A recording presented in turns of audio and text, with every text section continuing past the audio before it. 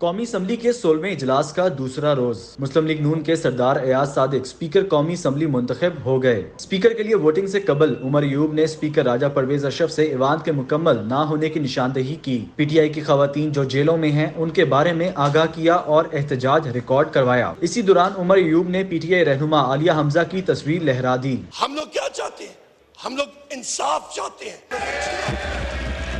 P T I حمایت یافتہ اراکین نے عمران خان کے حق میں نعرے لگائے۔ بیرسٹر گوہر نے بھی ایوان میں عمران خان کا ڈیالہ جیل سے پیغام واضح کیا۔ احتجاج کے باوجود اسپیکر راجہ پرویز اشرف نے نئے اسپیکر کے لیے ووٹنگ کروائی اور سردار ایاز صادق 199 ووٹ لے کر اسپیکر قومی اسمبلی منتخب ہو گئے، جبکہ پی ٹی آئی کے حمایت یافتہ سنی اتحاد کونسل کے امیدوار عامر ڈوگر نے صرف 91 ووٹ حاصل کیے۔ ایاز صادق نے اسپیکر کا حلف اٹھایا، جس کے بعد عامر ڈوگر نے دھواں دھار تقریر کی۔